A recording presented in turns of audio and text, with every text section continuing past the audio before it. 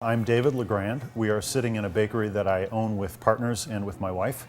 We started this place in 2002. We took a look once. We have about 25 people that work at the bakery, and we took a look once, and about 75–80% of the people who worked here either could or did walk, bike, or easily take mass transit to work. And that's great because those people didn't have to have cars. If you can bike into work or you can bus into work, you've eliminated a huge expense in your life. That's like I gave you a $2 an hour raise. It makes a real difference in terms of the meaningful take-home pay and people's ability to afford to live. When I ride a bus, I run into people I know.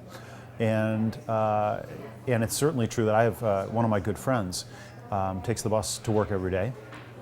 There's a regular community on that bus. It's the same people that get on it every day, and he knows those people, and they've started to become part of his life in positive ways. Cars don't stop except at red lights.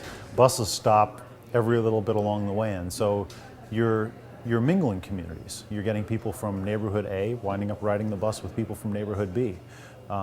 So that kind of cross-pollination is good, and it's part of, people want to live places where they have meaningful connections. We're the second biggest city in Michigan, and we're growing.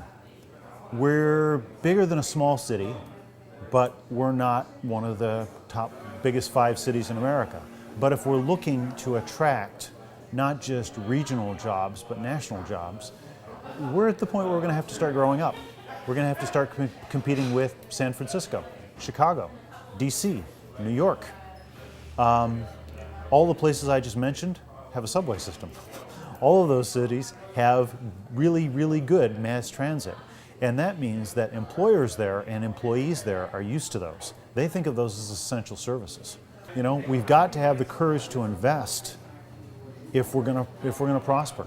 We do it as individuals. We invest in houses. We take out 30-year mortgages.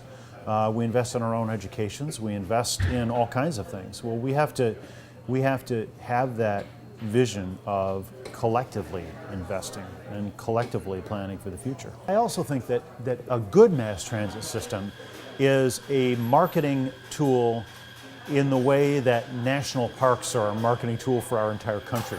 You may never have been to Yellowstone National Park, but you're glad it's there. You're glad, you may never have been to a national forest out west, but you're glad it's there. You may never have seen a blue whale, but you're glad they exist. Well, similarly, you may not take mass transit, but you'll want to live in a community that has those kinds of options available. And buses are an investment in the future. They're not entirely about today. They're an infrastructure build-out, and infrastructure is always an investment. It's always a long-term plan, and it's always a commitment to where we want to be in 20 years. It's not something that happens overnight. It's not instant gratification. A good rapid transit system is not like turning on your television and watching a show. It's something that we all have to do together and have a good long-range vision for.